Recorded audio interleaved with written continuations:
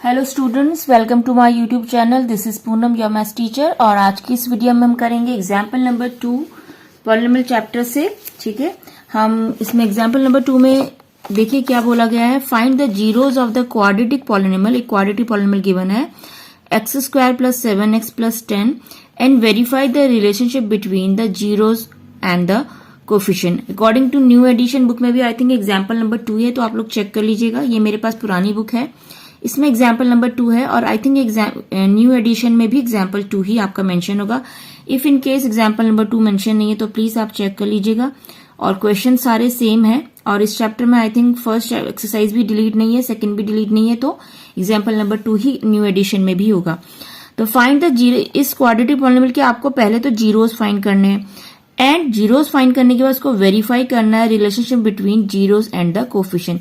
उसके जीरोस और कोफिशिएंट के बीच रिलेशनशिप फाइंड करना है। ठीक है, तो हमने इसका एक इंट्रोडक्शन में एक एग्जांपल के थ्रू मैंने इसको किस तरीके से करना है, इस टाइप के क्वेश्चंस को वो ऑलरेडी बता दिया है। अब इस क्वेश्चन को देखते हैं। देखिए इस इक्वेशन यहाँ पे हम नोट कर लेते हैं। क्वेश्चन हमने रीड कर लिया है, x square plus 7x plus 10। ठीक है, ये आपके पास एक क्वाड्रेटिक पॉलिनोमियल है। क्यों बोला हमने इसको क्वाड्रेटिक पॉलिनोमियल? क्योंकि इसमें डिग्री हाईएस्ट 2 है, तो डिग्री 2 जिसकी होती है वो आपका क्वाड्रेटिक पॉलिनोमियल होता है। 1 2 3 3 टर्म्स है इसमें। इसकी स्टैंडर्ड फॉर्म क्या होती है आपके पास? आपको पता है ax स्क्वायर पॉलिनोमियल की bx प्लस c।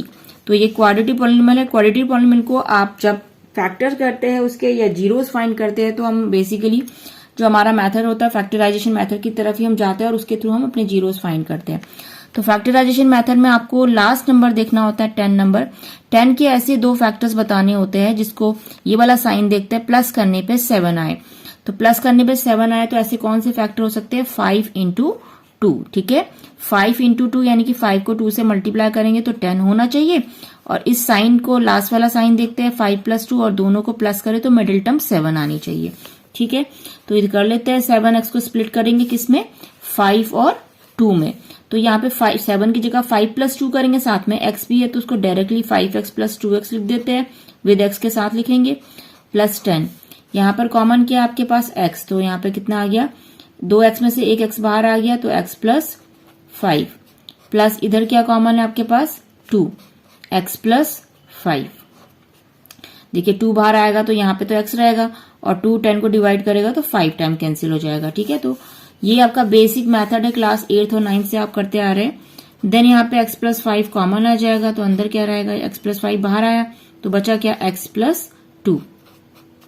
ठीक है, तो ये हमारी मिडिल टर्म स्प्लिट हो गई। अब इसके जीरोस निकालने हैं हमने, क्योंकि हमने जीरोस और कोफिशिएंट के बीच रिलेशनशिप बताना है। अब जीरोस निकालना है तो उसको 0 के इक्वल करेंगे। x प्लस 5 0 के इक्वल होगा और x प्लस 2 भी 0 के इक्वल होगा।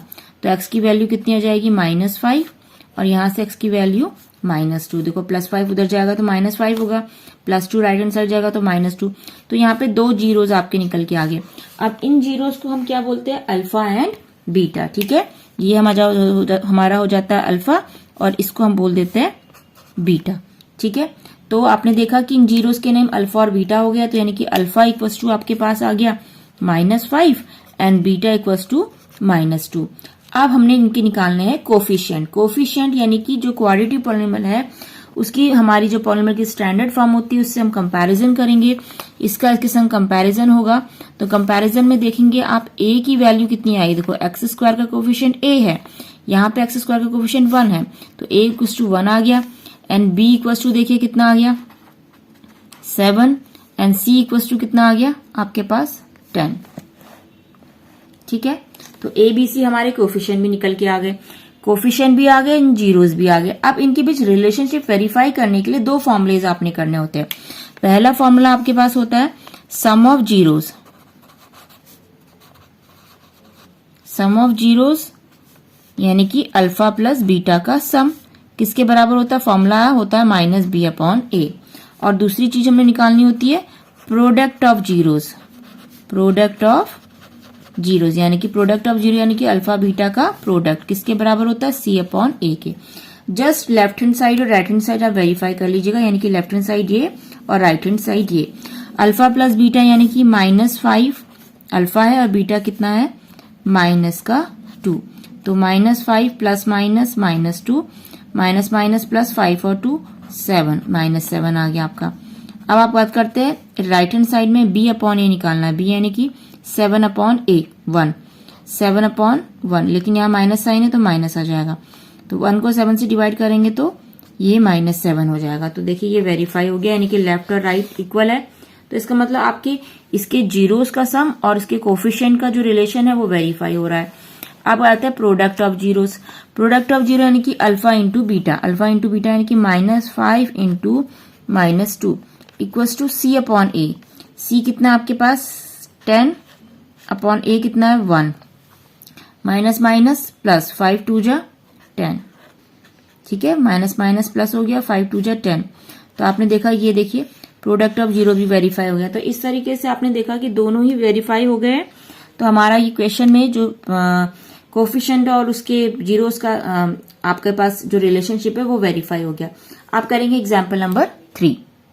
देखिए एग्जाम्पल नंबर 3 में क्या बोला है, find the zeros of the polynomial x² -3। यहाँ पे पॉलिनोमियल क्वाड्रेटिक पॉलिनोमियल गिवन है, उसका पहले जीरोस निकाल दीजिए। एंड ये क्वाड्रेटिक पॉलिनोमियल है क्योंकि इसकी डिग्री 2 है। And verify the relationship between the zeros and the coefficient, ठीक है, इसमें भी सेम वही वेरीफाई करना है। तो पॉलिनोमियल अपना उतार लेते हैं हम। हमारा जो पॉलिनोमियल है वो है x² -3, ये पॉलिनोमियल आपको गिवन है। अब इसके जीरोस कैसे निकलेंगे, देखो इसमें सिर्फ 2 टर्म्स है, क्वाड्रेटिक पॉलिनोमियल है बट 2 टर्म्स है, तो मिडिल टर्म स्प्लिटिंग तो बिल्कुल नहीं लगेगा इसमें। तो इसमें डायरेक्टली क्या हो जाएगा, आप इसमें कैसे निकाल सकते हैं, x² -3 है, इसके जीरोस निकालने के लिए जब भी जीरोस निकाले जाते हैं तो मैंने आपको बताया इसको 0 के इक्वल करना पड़ता है। तो x² की वैल्यू कितनी आ जाएगी, -3 उधर जाएगा तो +3 हो जाएगा।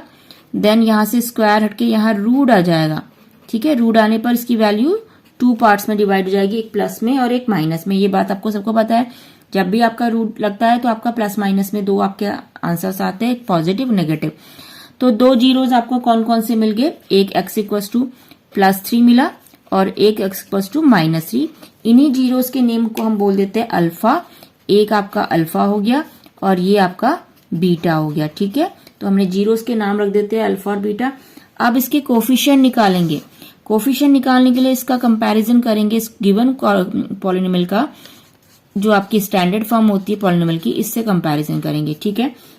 अब कंपैरिजन में आप देखेंगे कि पॉलिनोमियल की तो क्वाड्रेटिक फॉर्म जो होती है वो 3 टर्म्स में होती है, यहाँ तो 2 ही टर्म है, तो कंफ्यूज नहीं होना है। आपको दिख रहा है ax², इसका कंपैरिजन इससे हो जाएगा। फिर यहाँ पे आप देखिए सेकेंड टर्म जो x वाली टर्म है वो मिसिंग है, तो अगर वो मिसिंग है तो इट मीन्स ये आपका जो b है वो ऑलरेडी फिर आपका 0 हो जाएगा। ये मैं इक्वेशन में आपको बता चुकी हूँ। जैसे ax² है ना, इसमें आपका bx टर्म नहीं है, तो a तो है, ax² का कोफिशिएंट यहाँ पे a है, यहाँ पर x² का कोफिशिएंट 1 है, तो a तो आपको मिल गया इजीली 1, लेकिन यहाँ पे bx नहीं है, तो b की जगह पे आप 0 कर देंगे। कैसे 0 करेंगे उसका भी एक रीजन है। आप इसको इस तरीके से लिख सकते हैं इक्वेशन को, x² प्लस 0x माइनस यहाँ पे क्या है -3। तो आप देखेंगे कि ये 0x मतलब 0 को मल्टीप्लाई करेंगे x से तो 0 हो जाएगा, तो लौट के आपका दोबारा x² -3 रहेगा। तो यहाँ पे bx आपका है नहीं, तो इसलिए जो b होगा, b की वैल्यू आपकी 0 हो जाएगी। और c कितना है आपके पास -3। कई बच्चे बहुत मिस्टेक करते हैं, वो लोग b की जगह पे -3 कर देते हैं और सोचते हैं यही हमारा bx है।